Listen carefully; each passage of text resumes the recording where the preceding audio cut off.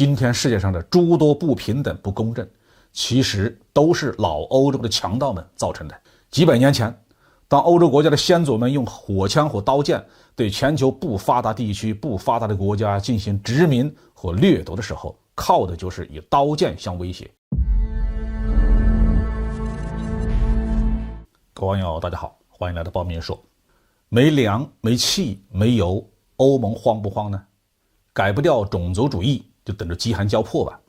4月1号，俄罗斯联邦安全会议副主席梅德韦杰夫表示，俄罗斯呢将指向友好国家，以卢布或国家本币结算的方式出口粮食。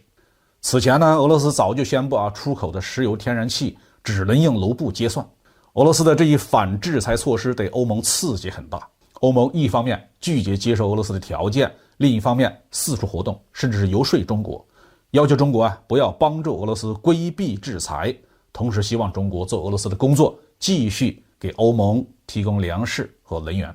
今天的欧洲处境很是尴尬，西欧主要国家在政治、经济、军事、外交各个方面都受到美国的严密的控制和操纵，实际上他们没有什么独立的意志和独立的行动能力。法国和德国看起来多少有那么一点独立性，但是在大是大非面前，只要美国表现出强硬，这两个国家立刻就会紧密跟随。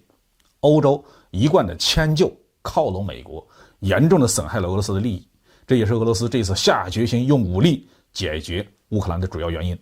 欧洲不仅不反思出现这种局面的根本原因，依然跟在美国后面行动，对中国施加压力，要求中国加入对俄罗斯的制裁行列。3月28号，欧盟主席冯德莱恩女士还要求俄罗斯不要禁止小麦的出口，放行黑海的300艘运粮船，因为欧洲人要吃饭，俄罗斯根本不理睬他。4月2号，有未经证实的消息说，欧盟呢又转向中国，说中国手里的粮食储备太多，应该立刻拿出一部分来投放到国际市场的平抑粮价。这一无理要求，中国会理睬吗？可见呢，如今的欧洲其言行与客观现实事件有多么的脱节。其实呢，今天的欧洲早就没有资格对别人发号施令了。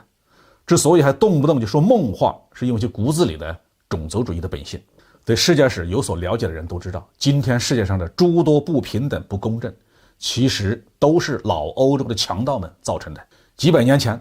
当欧洲国家的先祖们用火枪或刀剑对全球不发达地区、不发达的国家进行殖民或掠夺的时候，靠的就是以刀剑相威胁。对打不过的对手呢，他们首先采取的措施并不是谈判，而是经济或财政上的制裁、战略物资的禁运，甚至是政治暗杀。对付中国，欧洲人还发明了用鸦片毒害的办法。这种野蛮和残忍延续了几百年之久，塑造了今天弱肉强食的国际政治和经济秩序。欧洲一直把自己当作世界的中心，所谓的中东、远东这一类的说法，都是欧洲把自己当作世界中心来丈量的。今天的欧洲早已衰落，但是欧洲在处理国际事务上的思维方式依然没有改变，还是把自己当作高人一等的种族。在欧洲人的心里面，全球武力老大美国才是自己认可的主人。俄乌冲突严重的影响了这两个国家的粮食生产和出口。乌克兰几乎已经肯定会错过今年的春播，而俄罗斯被美国踢出 SWIFT 系统之后呢，诸多的欧洲国家也没有办法通过现在的银行支付体系从俄罗斯购买粮食，这已经造成了全球范围内的粮食和能源的双重恐慌。这两种东西不是什么香水、包包、豪华汽车之类的奢侈品而是所有人一天都离不开的生活必需品。俄罗斯为欧盟提供了 41% 的天然气， 46% 的煤炭和 27% 的石油。德国 55% 的天然气供应依赖俄罗斯。欧洲国家的能源和食品的命脉是握在俄罗斯的手上的，但是却跟在美国的后面撕咬俄罗斯，还有比这个更愚蠢的吗？我预计欧盟的种族主义的傲慢很难被一次乌克兰战争所教训，真的有必要让他们品尝一下饥寒交迫的滋味，只有这个才能让他们清醒自己的如今在国际上的地位。好，这句话题就说到这里。